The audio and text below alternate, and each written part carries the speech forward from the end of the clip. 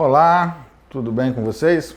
Meu nome é Guilherme e a gente vai conversar um pouco aqui sobre IoT na nossa vida e, consequentemente, na vida das empresas, que é o que importa no tema de hoje. Para começar, a gente vai falar um pouco da história, uma história rápida sobre a IoT, né? O que é a IoT mais ou menos, como é que nasceu, e a gente vai ver que nós estamos falando de um passado remotamente distante ou remotamente perto demais.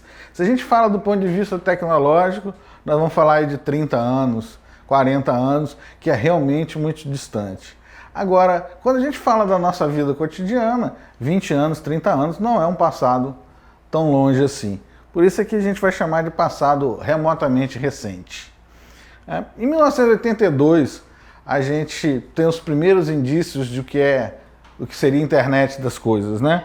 É um estudante da Universidade de Carnegie, eles conectam a máquina de vending machine da Coca-Cola à internet.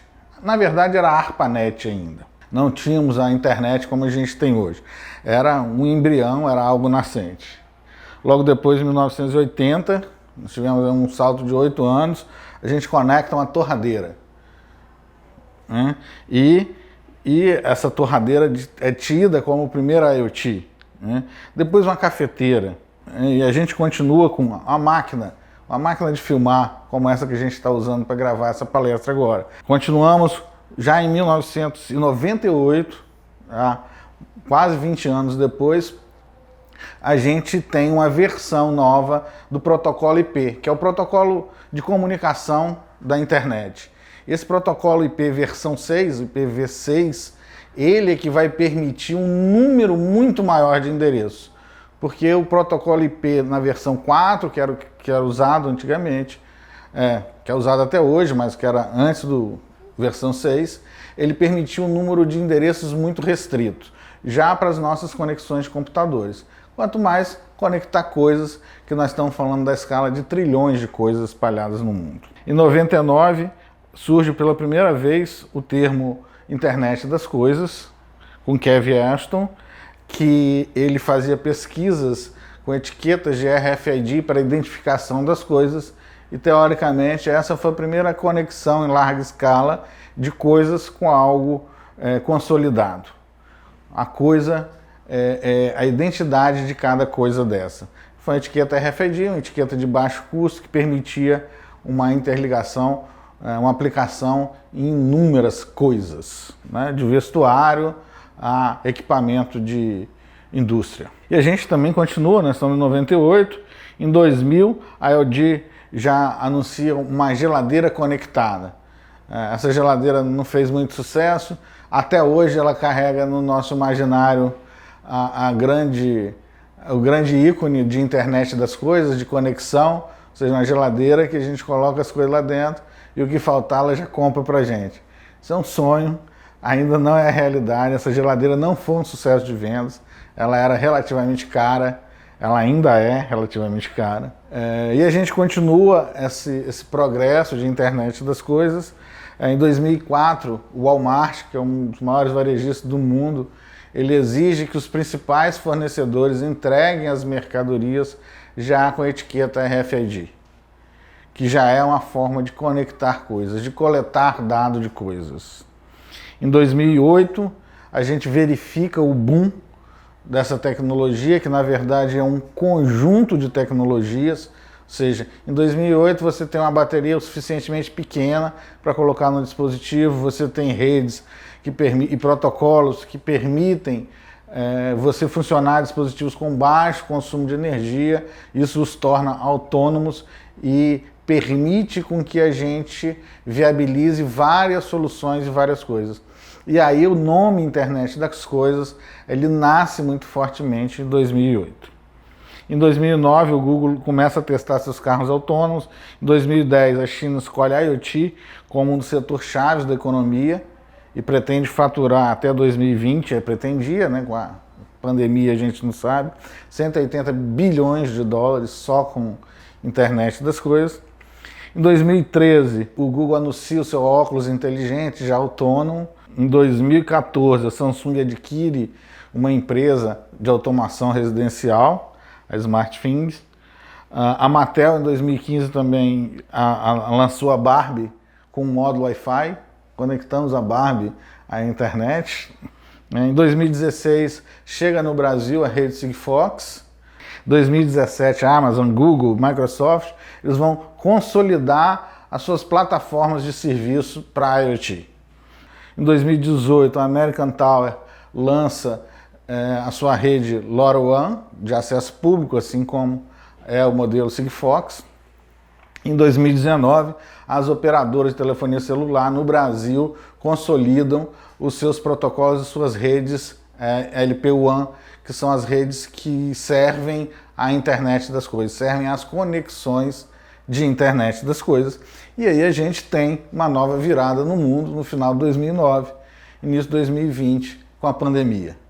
Aí a gente muda completamente todas as perspectivas, todas as projeções, e até hoje a gente não sabe ainda se a nova realidade como é que vai ser. Agora, uma coisa a gente tem certeza, algumas tecnologias, como a internet das coisas, como inteligência artificial, como blockchain, vieram para ficar e inclusive para nos ajudar em momentos como esse. Momentos de, eu não diria de crise, mas momentos de profunda transformação. A gente tem que se transformar. Não vamos viver mais do mesmo modo que a gente vivia. E agora a gente vai falar assim, por que a internet das coisas tem tamanha importância nas nossas vidas e na vida econômica da gente? Como é que essa, que é uma das tecnologias que a gente acredita que vieram para ficar e que são importantes, inclusive, nesse momento de transformação, por que ela é tão importante?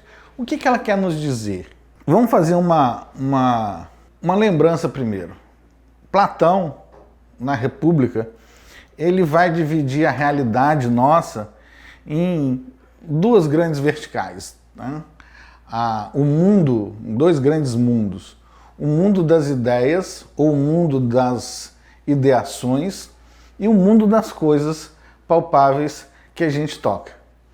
O mundo das ideias é o ideal. O cubo tem o cubo ideal. E o mundo das coisas que a gente faz é a experiência que a gente tem com a realidade, com os nossos sentidos.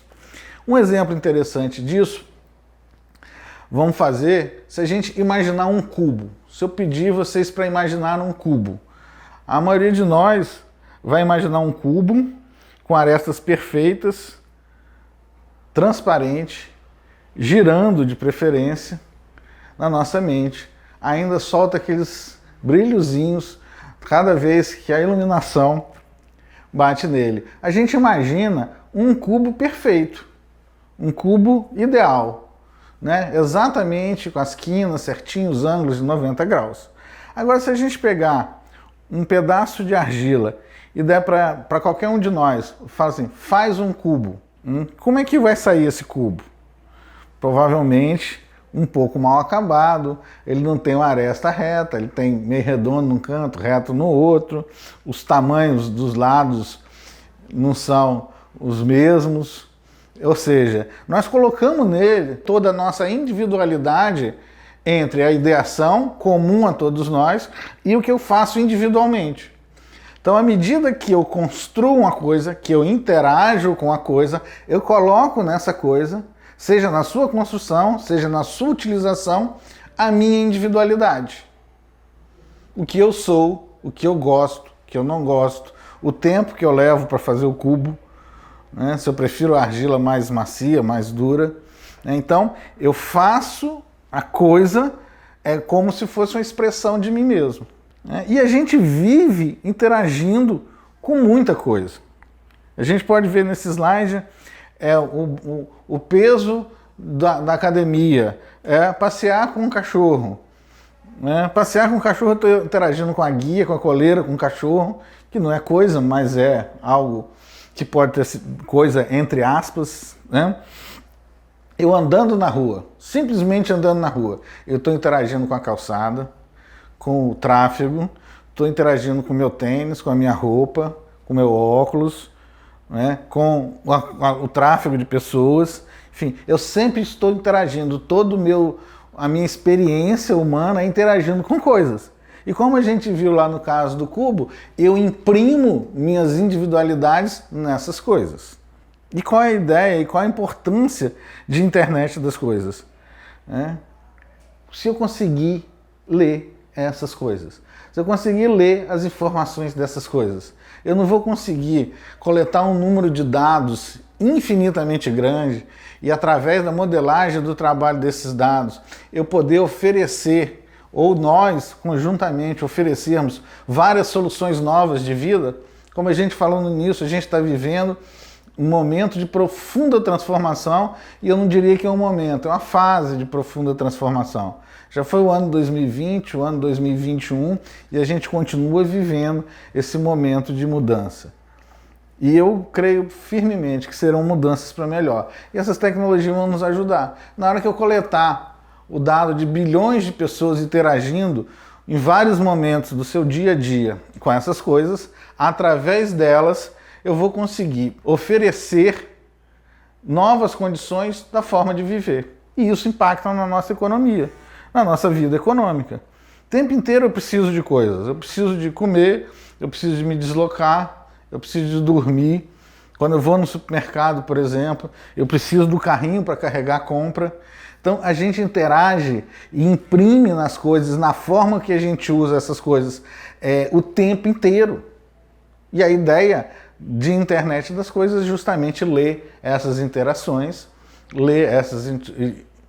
coletar esses dados de interação e poder oferecer uma nova forma, ferramenta de vivermos de forma diferente. Aqui a gente vai ver que não só lá no supermercado, mas na hora de produzir o sapato, na hora de produzir a roupa, na hora de produzir o instrumento eletrônico que a gente usa, em todos os instantes, não só a gente, usuário, está imprimindo nossas individualidades nessas coisas, mas também no próprio processo produtivo. No processo produtivo de uma roupa, a gente interage com essas roupas, e se eu conseguir ler essas interações, eu também vou poder melhorar esse processo produtivo, dar mais conforto para quem está produzindo, conseguir produzir num tempo menor, num impacto social muito menor, e com isso eu melhorar a nossa condição de vida como um todo. Porque, na nossa opinião, uma das grandes transformações que a gente vai viver com essa experiência de pandemia que a gente está passando no momento, é a gente começar a colocar mais o homem no centro das nossas atenções. Não é? Tudo vai girar em torno do bem-estar do cidadão. E uma vez produzido, eu também tenho que transportar essas coisas. Às vezes grandes distâncias, às vezes a gente atravessa meio mundo com algo produzido na China para a gente interagir com ele aqui. Esse transporte também capta realidades que a gente pode ler, que a internet das coisas vão nos permitir ler. Então eu vou transportar isso de trem, vou transportar isso de navio, vou transportar isso de carro, de bicicleta, até o entregador do aplicativo chegar na sua porta com aquela coisa. A gente não imagina o tamanho de coisas e de interações que eu tive na hora que eu recebo um produto na minha casa. Imagina você recebendo um produto eletrônico na sua casa pelo entregador de um aplicativo, de um e-commerce qualquer. Teve a bicicleta que ele usou, ou a moto, a gasolina que ele usou, o alimento para o ciclista, a embalagem. Isso vai até você chegar ao componente eletrônico que foi produzido lá na China. Então aquele instante de interação ali carrega uma cadeia de interações humanas infinita. Virtualmente infinita à nossa percepção. Então nesse momento eu coleto esse monte de dados, consolido e começo a transformar uma massa infinitamente, virtualmente infinita de dados em conhecimento. Transforma em informação, transforma em conhecimento. Conhecimento para a nossa vida, para a nossa economia, para as nossas empresas. Daí a grande importância de internet das coisas. Daí a grande importância de eu conseguir ir lá e coletar um dado, juntar com vários dados interrelacioná-los e poder oferecer, de novo, uma nova forma de viver. Ferramentas para que a gente mude a forma de viver e de operar a economia. Nós já vimos, o home office é uma nova forma de operar a economia. Uma das. E mais uma vez, a gente não vai ter mais fórmulas mágicas que vão resolver todos os problemas. Então, quanto mais informação a gente tiver, mais rapidamente a gente vai conseguir se adaptar às mudanças que vão ser cada vez mais constantes. Se antes as mudanças levavam séculos, elas passaram a levar décadas e agora elas vão passar para a escala de semanas. As nossas vidas, os nossos conceitos vão mudar na escala de semanas. A gente vai começar um ano, talvez comece um mês, sem saber se vai ser tudo igual no final do mês. Isso é desafiador, mas isso é também emocionante. Isso também é bom para a gente. No nosso cotidiano, o que eu posso aplicar à internet das coisas? No cotidiano das empresas, no cotidiano da nossa vida. Porque a gente fala muito de empresa, mas as empresas são formadas de gente. Como eu, como você, como todo mundo que está interagindo aqui. Nós somos pessoas. As empresas são conjuntos de pessoas. E não mudam disso. No nosso cotidiano, vamos citar aqui alguns casos simples. Por exemplo, nessa interação toda de ir e vir, de conseguir chegar no shopping, no supermercado, em qualquer lugar que seja para eu adquirir um alimento, adquirir uma roupa, adquirir um produto qualquer, eu tenho que estacionar meu carro. E às vezes estacionamentos são enormes. E eu vou gastar um tempo enorme procurando uma vaga. Imagina se eu estiver num caminhão transportando um monte de coisa. Mais difícil ainda. Então, quanto mais rápido eu achar essa vaga, melhor vai se tornar a minha vida. E as empresas que estão envolvidas nas logísticas, seja do caminhão, que vai conseguir parar mais cedo, reduzir custo, seja da gente que vai conseguir chegar lá no centro de compra mais cedo, porque eu não fiquei perdendo tempo na busca de uma vaga, eu vou levar valor, seja para o centro de compras, seja para o transportador. E como é que eu posso fazer isso? Como é que eu posso simplesmente orientar um motorista para a vaga mais próxima dele, mais adequada ao veículo que ele está, mais adequada ao objetivo que ele está? É muito melhor se o idoso vai só no supermercado de um grande centro de compras, eu levá-lo à vaga mais próxima do supermercado naquele centro de compras. Não necessariamente ele tem que atravessar o centro de compras todo. Então, como é que a gente pode fazer isso? Que tal da gente chegar num monte de vaga, tratar uma vaga como uma coisa e botar um sensor lá que tem autonomia de bateria, que tem autonomia de comunicação, e a partir desse instante eu começar a coletar esses dados e falar toda hora que essa vaga está ocupada ou ela está disponível, a fim de que eu ofereça essa informação ao meu usuário. Então, meu usuário vai ter mais conforto, eu vou conseguir operar aquele estacionamento com mais eficácia, eu vou saber que horas que eu tenho que abrir determinado bolsão de estacionamento ou não, porque com o tempo eu consigo fazer análises sobre a ocupação, o comportamento humano, tanto individual como coletivamente.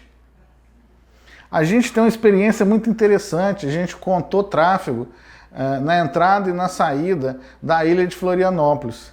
E a gente conseguiu descobrir que, coletivamente, numa determinada faixa de rolamento da entrada da ilha, no mesmo horário dos dias úteis, passam mais ou menos a mesma quantidade de carro.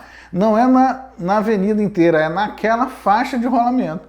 Eu tenho lá 5 faixas de rolamento para as pessoas escolherem, uma determinada quantidade de pessoas escolhem no mesmo horário passar na mesma faixa. Então esse comportamento repetitivo, onde que ele pode me ajudar? Por exemplo, eu já sei que eu vou ter que recapear aquela faixa com mais frequência, se ela é mais usada.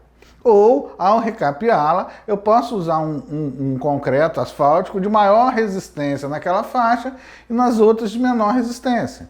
E ter uma previsibilidade de quando eu vou novamente fazer isso. E fazer um planejamento físico-financeiro de mais longo tempo, mais assertivo. Fazer compras com tempo me faz comprar melhor. Me faz otimizar a cadeia logística. Se eu tenho tempo para comprar, eu posso trazer de navio, posso trazer de trem, não sou obrigado a gastar muito combustível, muito dinheiro, fazendo entregas rápidas e pequenas.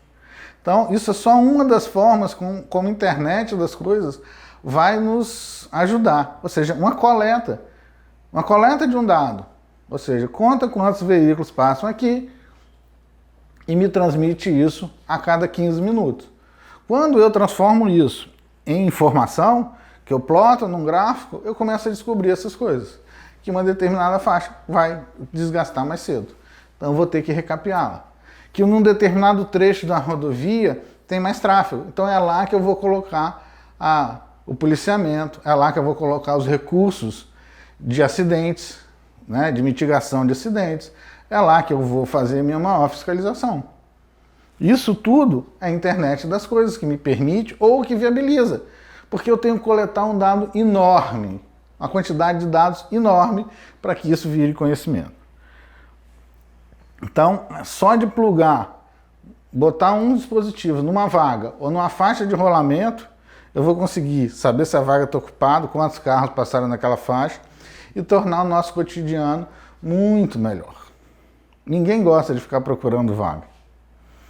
Na operação de uma indústria, de um porto, se eu soubesse quanto cada motor elétrico funcionou, exatamente o tempo, eu sabia exatamente quando que eu vou precisar trocar, quando que eu vou precisar dar manutenção, quando que eu vou precisar trocar o óleo, quando que eu vou precisar lá olhar o cabo de aço do guindaste, fazer as inspeções para não ter um acidente. Mas são milhares e milhares de motores elétricos. Como é que eu vou conectar cada um deles? Através de dispositivos de internet das coisas. Que eu vou lá, conecto, ele detecta uma vibração, por exemplo, detecta uma temperatura e vai conseguir me mostrar que aquele motor funcionou tanto, que o comportamento dele está bom, o comportamento dele está parecendo estranho, que a temperatura subiu, que a temperatura desceu, e eu vou conseguir fazer com muito mais assertividade essas manutenções. Isso vai me gerar o quê? Vai me gerar um tempo de operação sem parada muito melhor, muito maior. Redução de custo, mais conforto, mais previsibilidade. Numa planta industrial grande é a mesma coisa. Eu tenho milhares de coisas. A posição de uma válvula, se ela está aberta ou está fechada. Eu não consigo hoje, com as tecnologias mais tradicionais, entre aspas, de automação, viabilizar eu sensorizar todas as válvulas de uma indústria grande. Porque é uma área geográfica extensa, os custos de infraestrutura são grandes, e a IoT não. A IoT não tem infraestrutura. Eu não tenho cabo ligado nos dispositivos, eu simplesmente plugo o dispositivo e passo a coletar dados daquela coisa. E se eu concentrar todos esses dados numa grande dashboard, onde eu consigo ver os dados ao mesmo tempo e aí perceber a interação deles, ou seja, se um líquido sobe a temperatura, quanto que ele vai aumentar da pressão, quanto que ele vai me dar de vazão, se ele vai ter mais perda, menos perda. Isso nós estamos falando de coisas genéricas e simples de serem coletadas. A gente coloca um dispositivo lá, eu consigo medir uma vibração, consigo medir uma temperatura, consigo medir uma vazão, eu consigo medir uma pressão. E isso, em conjunto, visto de um único ponto de vista, coletado a cada poucos espaços de tempo, né, vai me dar uma melhor condição de operar essa indústria. Saúde é um outro campo da nossa experiência que requer muita informação e, além de tudo, informação segura. Eu deixei para a gente falar isso mais para o final, porque é uma experiência que nós estamos vivendo cotidianamente. A preocupação com a nossa saúde, o uso de máscara, onde estão as máscaras, onde é que estão os respiradores, e a vacina. Como é que nós vamos controlar? Como é que nós vamos garantir que essa vacina seja produzida parte na Índia, na China, na Inglaterra, transportado via o oceano inteiro, chegar no Brasil, ser acondicionada, ser separada, ser levada para o Rio Grande do Sul e para o Amapá ao mesmo tempo? Como é que nós vamos conseguir fazer com que essa vacina contra a Covid seja conservada adequadamente, seja manipulada adequadamente até a entrega final ao nosso usuário, que é o cidadão? Então, eu tenho que produzi-la em qualquer lugar do mundo. Nós temos um problema que é global. Então, eu tenho que produzir essa vacina em qualquer lugar no mundo. Eu tenho que transportar essa vacina, manipulá-la, armazená-la em vários locais diferentes. Depois que eu produzi, eu embalo e armazeno no estoque da fábrica. Depois eu levo para um caminhão, que é armazenada dentro do caminhão e transportada. Depois no armazém, no aeroporto, no porto, onde quer que seja. E daí eu levo para o navio, levo para um avião, levo para um barco, levo para um outro caminhão e transporto isso para um outro país, para um outro continente. Faço de novo, tiro do avião, coloco no armazém no aeroporto, armazém do aeroporto, vai para o armazém, se é uma matéria semi-acabada, vai para um Instituto Butantan da vida, que vai novamente armazenar isso, separar isso, dividir em milhões e milhões de doses, controlar isso e ver se esse processo inteiro a temperatura se manteve a mesma. Nós estamos falando de sair da Índia, da China, da Inglaterra, chegar no Instituto Butantan e controlar em todos os instantes se a temperatura se manteve a mesma. Se eu não tive grandes impactos que pudessem afetar o funcionamento das embalagens, dos acondicionamentos adequados, que impedem a entrada de luz, umidade. Como que eu faço isso até chegar ao ponto, efetivamente, de aplicar no usuário, de aplicar no cidadão, para que a gente possa ter saúde. E isso a gente está falando de Covid porque está muito patente nas nossas vidas. Mas independentemente da Covid, eu tenho esse problema o tempo inteiro. Vacinas, remédios, insulina. Nós temos uma parcela da população importante que carece de vários remédios que precisam ser conservados de forma adequada. São chamados termolábeis. E como é que eu vou controlar toda uma cadeia dessa sem ter dispositivos que sejam autônomos, que não precisa de eu ligar nenhum fio nele? Imagina que eu vou pegar um dispositivo, colocar numa geladeira, eu passo a monitorar a temperatura daquela geladeira, eu passo a monitorar quantas vezes aquela porta foi aberta, eu passo a monitorar se tem energia para aquela geladeira, eu passo a monitorar se aquela porta foi aberta no horário adequado. Por que eu estaria abrindo a geladeira de uma vacina tão desejada na madrugada? Será que eu estou verificando a temperatura, o acondicionamento? Então a gente tem uma forma relativamente simples, que é com dispositivos autônomos, escaláveis, de baixo custo, conectar nessa geladeira, conectar nesses acondicionamentos e passar a monitorar tudo de uma vez só. Eu coleto essas informações de um Brasil inteiro e concentro num único ponto de controle. E a partir daí, ele torna impessoal o controle. Eu sei quanto tempo foi conservado, que hora que abriu a porta, qual a temperatura que estava, se aquele lote está adequado ou não, se eu vou ter que fazer um descarte. E não adianta eu aplicar uma vacina que não tem mais efeito. Então, eu consigo fazer isso tudo, visualizando através de dispositivos conectados, uma cadeia enorme, numa área geográfica enorme, uma complexidade incrível. Imagina um pampa gaúcho e uma floresta amazônica. Na Amazônia, as estradas são os rios. Eu tenho que botar dentro do barco e levar para as minhas comunidades espalhadas naquela imensa área verde. Eu não tenho o recurso que eu tenho no Sudeste. Então, mesmo nessas realidades distintas, eu com um dispositivo autônomo, que eu posso deslocar ele, eu consigo continuar monitorando isso. Que é um dos pontos a tomar cuidado numa logística dessa. E mais uma vez, isso serve para alimentos, serve para medicamentos, serve para tudo que eu tiver que controlar.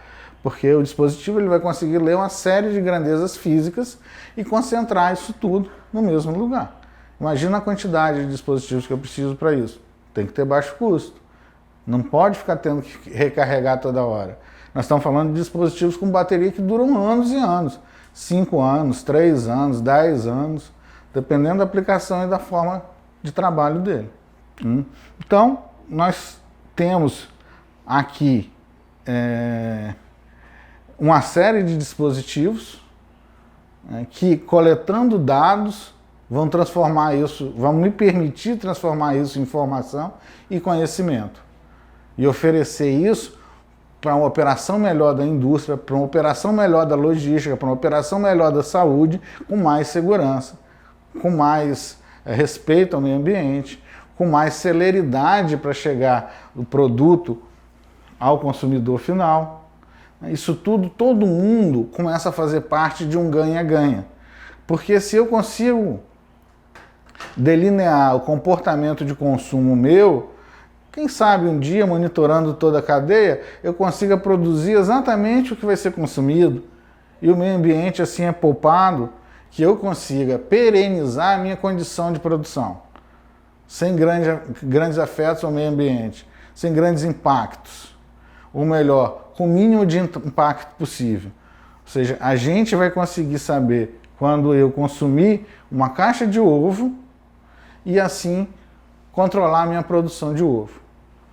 Eu vou consumir a minha garrafa de água e assim controlar o engarrafamento de água lá, para que eu produzir exatamente o que eu vou consumir e evitar desperdício. Quando eu engarrafo uma água, não só estou tirando a água, mas o plástico da embalagem, toda a mão de obra envolvida, toda a energia envolvida.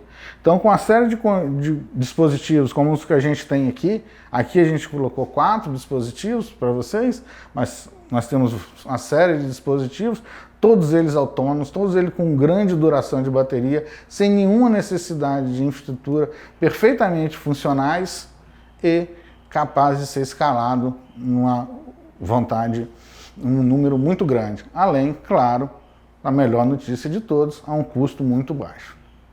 Eu gostaria de agradecer a todos e a atenção que tiveram até aqui e recomendar, mais uma vez, o ano que vem, a nossa conferência.